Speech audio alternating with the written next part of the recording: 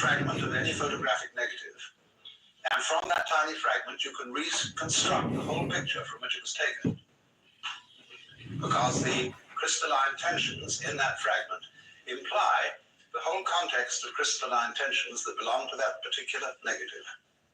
So in exactly the same way, you as an individual imply this world, and this world mutually implies you.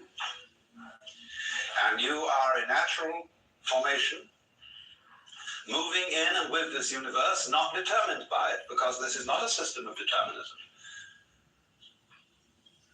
But you are moving with it in just the same harmonious way that you notice the waves moving, and the trees growing, and the clouds moving.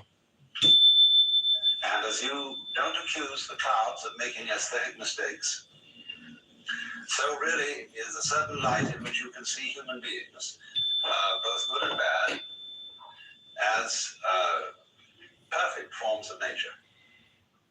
You may have fashionable discriminations about who is beautiful and who is ugly. You may have metaphysical discriminations about who is sick and who is healthy. You may have moral discriminations about who is good and who is evil. These are all points of view, relative points of view. They're all legitimate because they are parts of the functioning of the whole. The fact that you take those points of view, that too is part of nature. But a skillful person lives on two levels at once. You live basically on the level where you know there are no mistakes. It can't be. Everything moves in accordance with what the Chinese call the Tao, the way of nature. And if you have that basic feeling, you will always be sane. But you are able to comprehend within that feeling a more restricted point of view, whereby things are good and bad. Just as in the confines of this room and this area, it's perfectly clear that there's a difference between the up direction and the down direction. But we know that this area is situated in interstellar space, and there is no up and no down. Now, the second situation doesn't contradict the first. But if you have only the discriminatory point of view, if you take your fundamental stand as a being on the difference between good and evil, you get in the Christian hang-up. You have then to say that there is eternal heaven and eternal hell, that the distinction between good and evil is radical. And if you do that, you begin to suffer from a disease called chronic guilt, which is one of the most destructive emotions that anybody can have. You feel an outcast from the universe, at odds with reality itself, at odds with God. And that sends people quite mad, and is responsible for a good deal of the craziness of Western civilization. It's making too much of a good thing out of the distinction between good and evil. It is an important distinction, but it's not fundamentally important. And you have to learn to admit different degrees of importance. And just say that because you can't just say that because a certain distinction isn't absolute, that it's not important. After all, your own physical formation is not absolute, but it's important. So, the situation of man in this network is to repeat the proposition. On the one hand, that he as an organism, psychophysical organism, is something that the whole cosmos is doing. That was as much of truth, I think, as there is in modern astrology, which I regard as a pseudoscience. But it is based on a very fundamental principle. That when you draw a map of a person's soul, you draw a small picture of the universe, a very crude picture. And that is the design of that person's individuality. The truth is, therefore, that your soul is something which contains your body. Your body does not have the soul inside it like a spook. and the whole cosmos is your soul. So the cosmos is doing you at the point you call here and now. Reciprocally, you are doing it. And the one depends upon the other. You have difficulty in conceiving this as a Westerner because we have all been brainwashed by several centuries of put-down theories of man. That you were the wretched little subject, and a disobedient one at that, of an eternal king. And B, that you were just the fortuitous congress of atoms in a mindless mechanism of incredible vastness. Having entertained those two theories of man and of existence for so many centuries, we are very much brainwashed into being unable to see that we and the universe are mutually causative, or to use the Chinese expression, mutually arising. Now then, a second difficulty arises in this, which requires that I bring in some ideas, first of all, from Buckminster Fuller. The principal notion of Buckminster Fuller's thought, and if you don't know this name, Buckminster Fuller is what I would call a philosophical engineer, a man who is one of the most creative minds in the modern world. He invented the geodesic dome, which is his main claim to economic fame.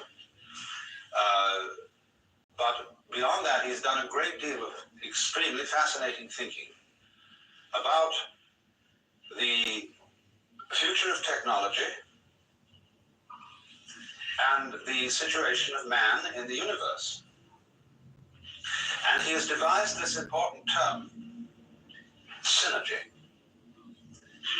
coming from the Greek, syn, with, ergos, work. But what he means by synergy is this,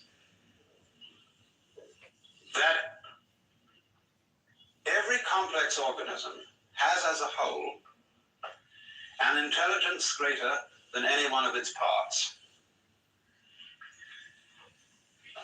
But this is a difficult idea to swallow, because he applies it to technology in this way.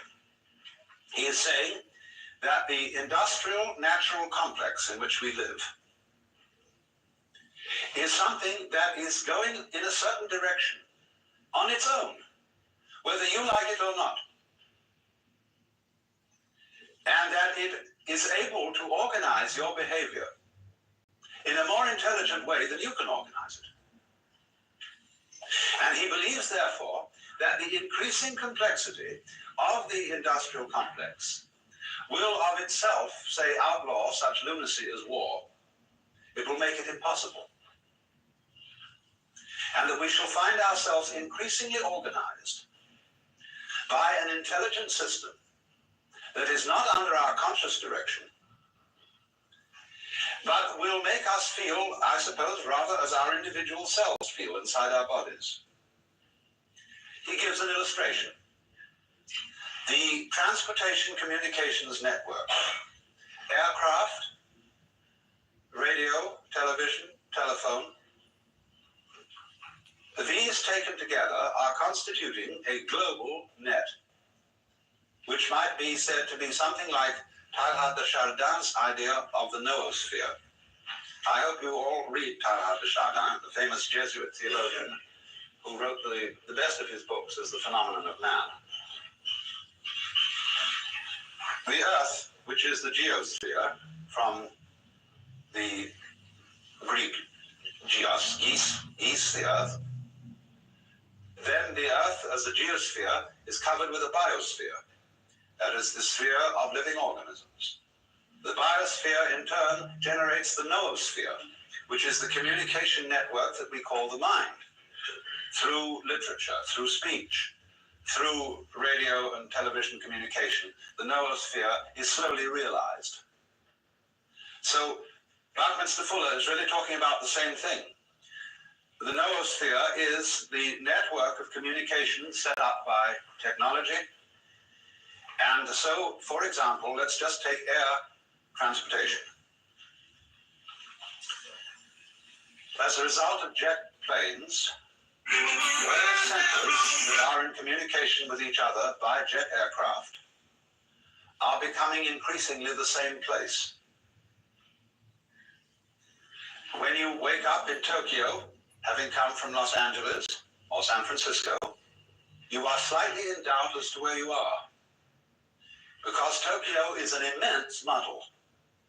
It's a mixture of Paris with Los Angeles, of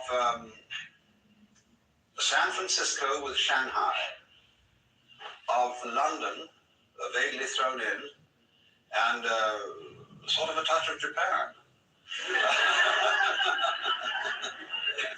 It's a phenomenal place.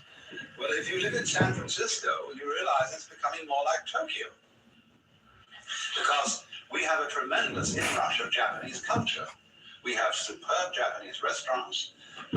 You can go to sushi bars, that is to say bars for rice bowls and raw fish, which are beautifully served, just like in a bar in Tokyo. And increasingly, we have supermarkets which sell Oriental, African, and Japanese goods.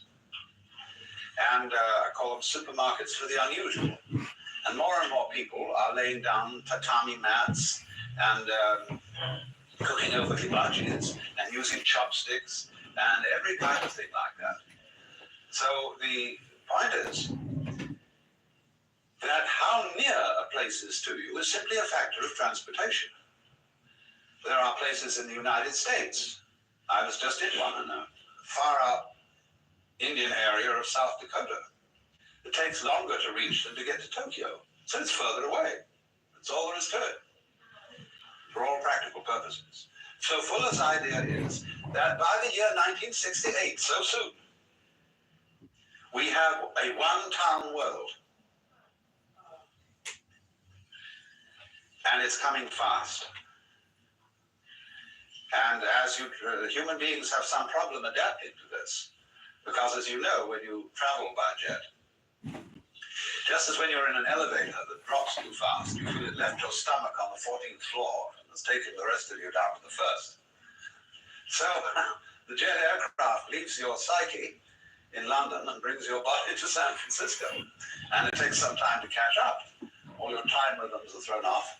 But we'll get used to it. And eventually, therefore, we must add. What up?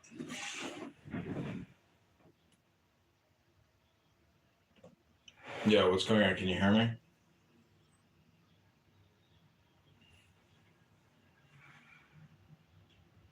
Testing, testing.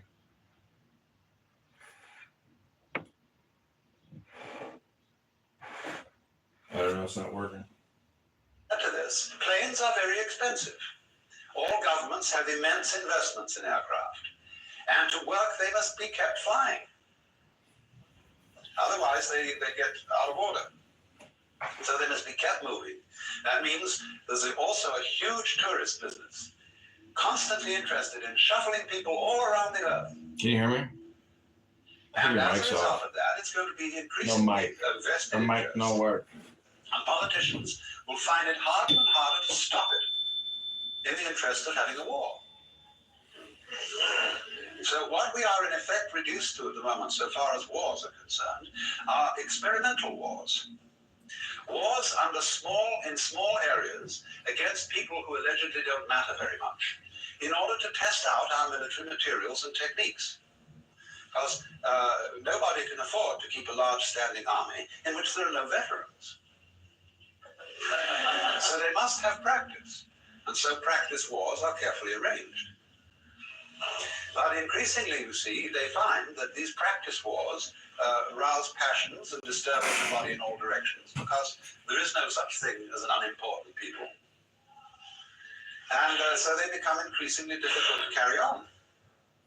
So Fuller is extraordinarily hopeful about the future of mankind, because he feels that the synergy, the quality of intelligence in the total system, will overcome the folly of individuals, or of parts who are unable to act with full understanding of what's going on.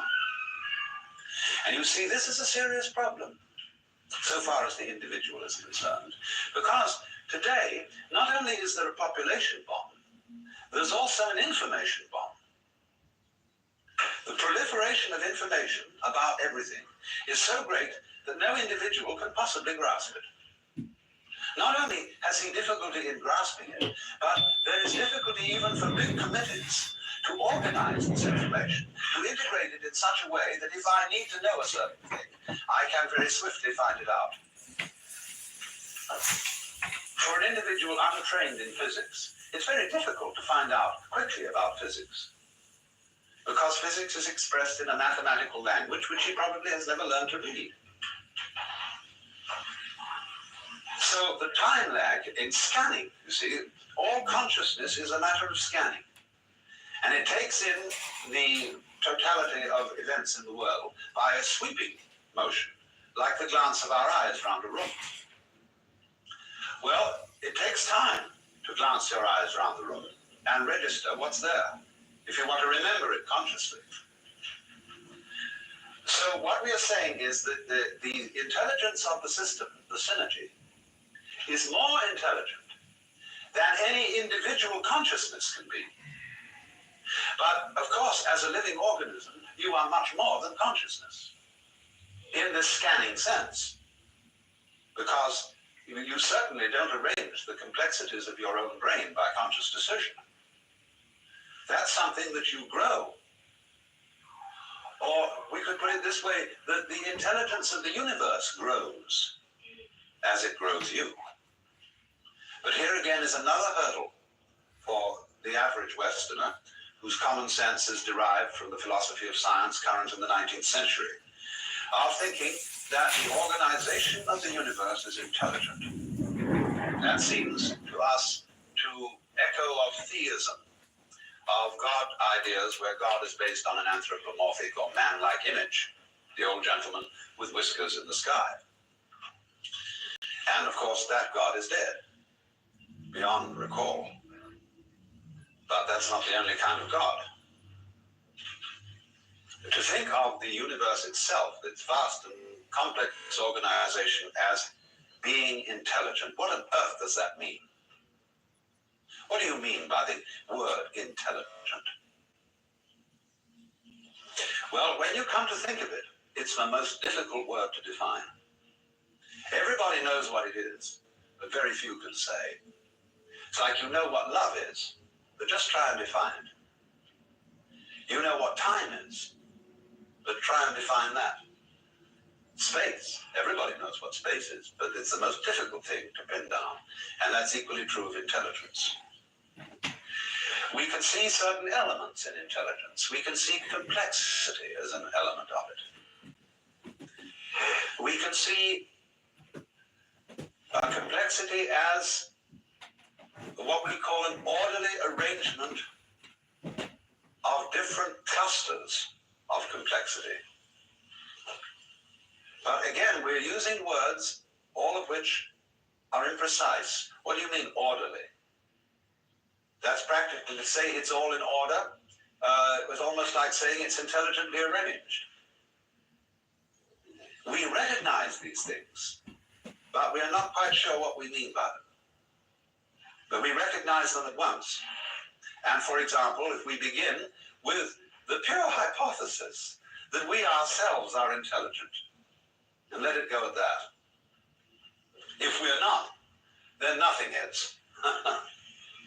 But let's, for the sake of argument, say that we human beings are intelligent.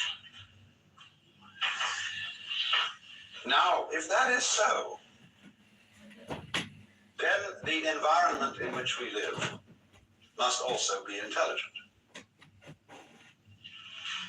Because we are symptoms of that environment. And I don't for the life of me see how you could have intelligent symptoms of an unintelligent organization.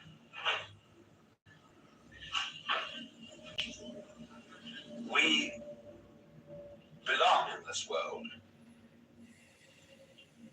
We didn't arrive here from somewhere else. We're not tourists in the universe.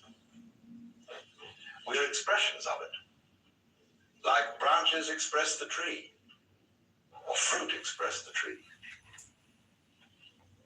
And so you will not find an intelligent organism living in an an unintelligent environment. That is to say, the environment in which you live will be a system of mutual cooperation between a vast complexity of different kinds of organisms. And the total balance of that makes your life possible.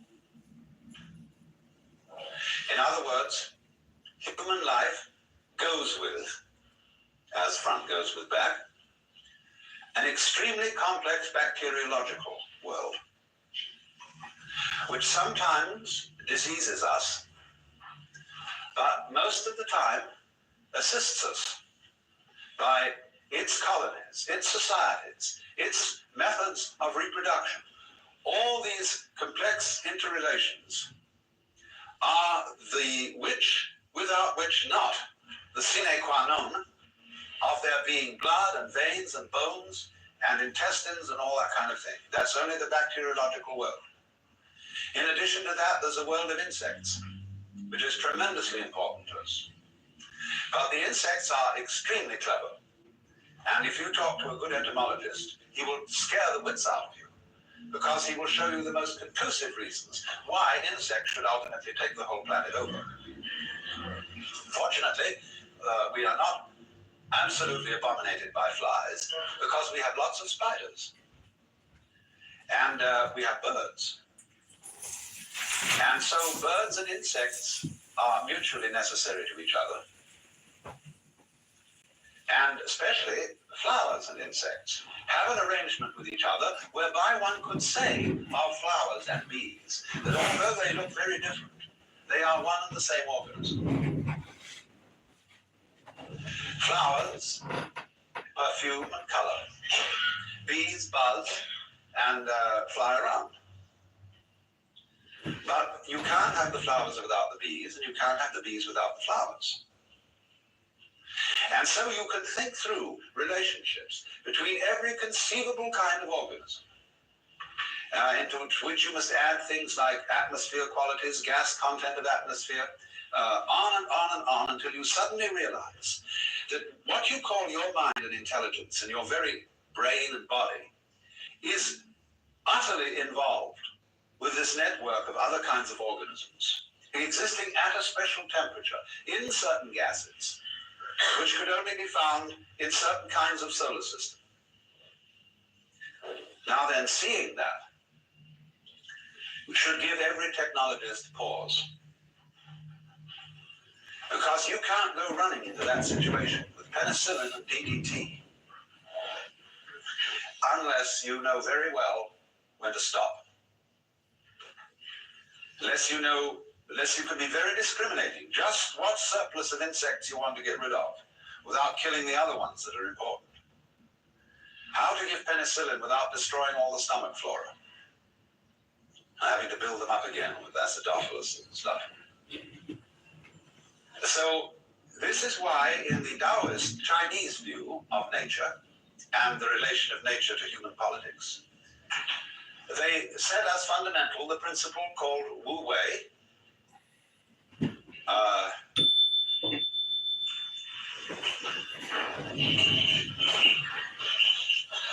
Wu Wei.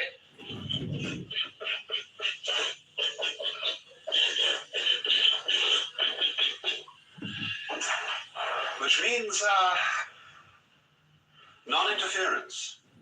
Not quite what we mean by laissez-faire, but rather close to it. That is to say, when you act upon nature, and you can't help but interfere. There's no way of isolating yourself from the world. Every time you breathe, you interfere with something. See? Now, the art of Wu Wei is that when you interfere, endeavor to do so by going with the grain of things. In other words, if you want to split wood, split it with the grain. Don't try to split it across the grain. And likewise, when you want to pick a fight, don't use violence, but use the other person's violence to bring about his downfall. That's judo. And that judo is applied Wu Wei. Sailing is Wu Wei. As distinct from rowing, which isn't. So then,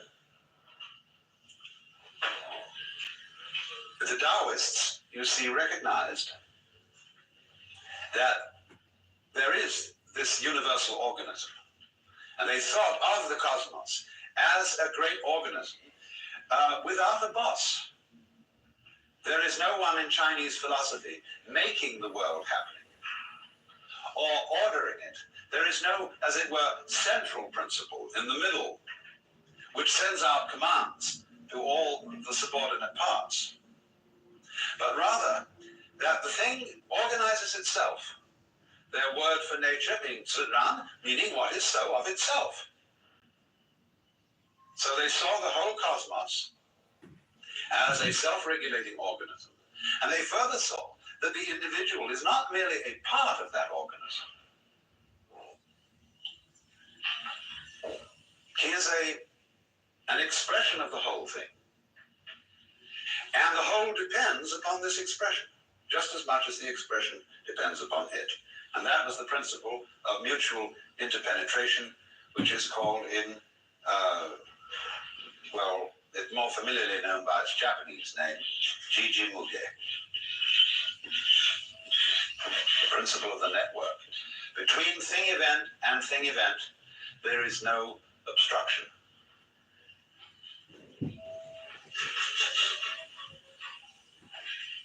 But you see, it remains to us a bit of a puzzle to say that all this is an intelligence, because we can think of all kinds of objections to it. We can think if by some conscious science we were able to construct the universe, we would do it a little differently. We would have improvements to suggest upon mosquitoes. We would, perhaps a great surgeon might suggest that the human body be organized a little differently. We can think of dozens of things. But you find that the curious thing is this. When you try to think out carefully how to improve the world, and then you realize is what the consequences of your suggestion would be, you wouldn't like all of the consequences. Hence the saying, be careful of what you desire, you may get it.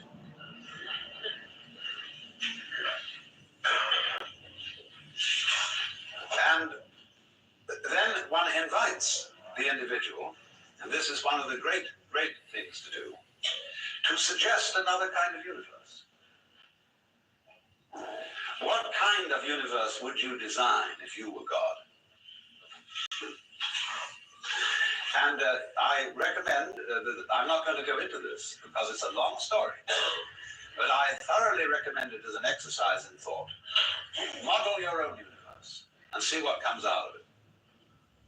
Because I can only tell you that you will eventually discover that you will model this one.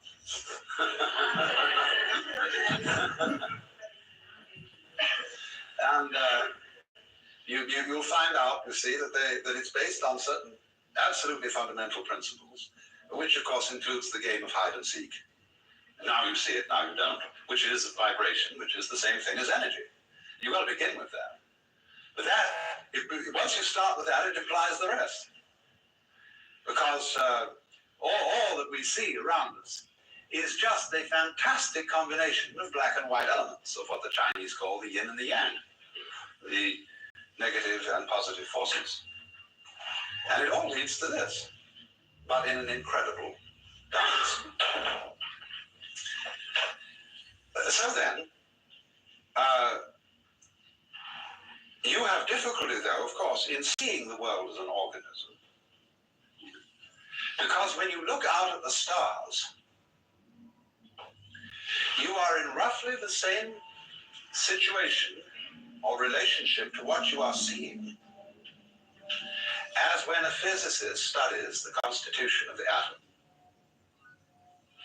He will make a map of the behavior of the nucleus in which there will be various rotating particles or wavicles. And you will see something which looks like a mathematical design and doesn't look like an organism. Because we expect an organism to be a kind of gooey thing with blood and flesh, and wrinkles and so on. So if you looked only through the microscope, you wouldn't see the organism. But when we look out at the rest of the universe, we are, as it were, sitting down on one of those electrons, looking through a microscope at the rest of it. And therefore, we don't see the sort of total design it makes up. That's much too far away from our conscious inspection. And this is one of the reasons, then, why it's difficult for us to formulate the idea that there is an intelligence operating here. Because all we see is a firework display, this tremendous display of radioactive mud and gas. And one would say, well, it's just a kind of a contraption that happened to arrive there, and that's all there is to it.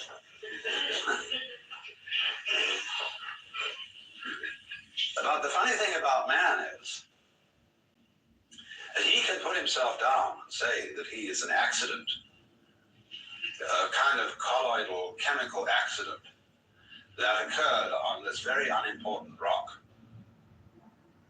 rotating around a lesser star on the fringe of one of the minor galaxies. And that this is where we are, and that the universe does not give a damn about us. Yet the odd thing is that this wretched little chemical thing can reflect an image of the whole cosmos in its vastness inside its head, and can know he's there. And that means, though, that this thing, however small in dimensions, is vast in comprehension. And what scale are you going to attach the word importance to? Mere size or degree of comprehension? By degree of comprehension, man is huge. By that scale. So then, if the principle is simply that if we can see from a perfectly physical point of view, what we would call a strictly scientific point of view, that the individual organism goes with its environment in just the same way as bees go with flowers, and flowers in their turn go with grubs, and grubs in their turn go with birds, and so on, all the way through. Then, when you want to define yourself, you cannot say that I am just what is inside the skin. Because what is inside the skin goes with everything outside and constitutes a single, complex field of diversified behaviors, diversified processes. You look at that then from a strictly physical point of view. And there it is, this network. And then the trouble comes up is, you say when you've studied that, and you've read all the books on ecology and botany and zoology, astronomy and so on, you say, yes, I see that. That's quite true, theoretically. But I would like to be able to feel that this is so, as mystics report that they have felt it. To have that kind of experience in which the network is absolutely clear.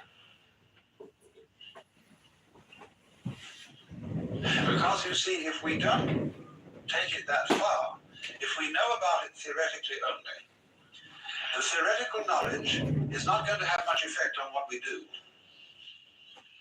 But knowledge of a more emotionally compelling nature will indeed affect the way we act with respect to our environment,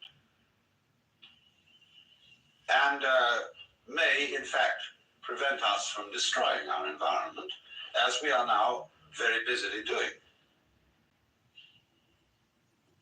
It's interesting that the Congress of the United States recently passed an act making it a very serious offense to burn the American flag. And they passed this act with many patriotic speeches and rhetoric and much reciting of poems. This is a most fantastic example of American confusion between symbol and reality, between menu and meal. Because this same Congress is directly or indirectly responsible for burning up what the flag stands for, namely the geographical United States and its people. By not really doing much about the devastation of our forests, the pollution of our water and atmosphere, the reckless waste of our natural resources, and resorting to a form of economy which, under any sane circumstances, would be termed sheer lunacy. But see, they cannot distinguish between the symbol and the reality because we are all hypnotized with words and symbols. And so when the flag is more precious than the country, we are insane.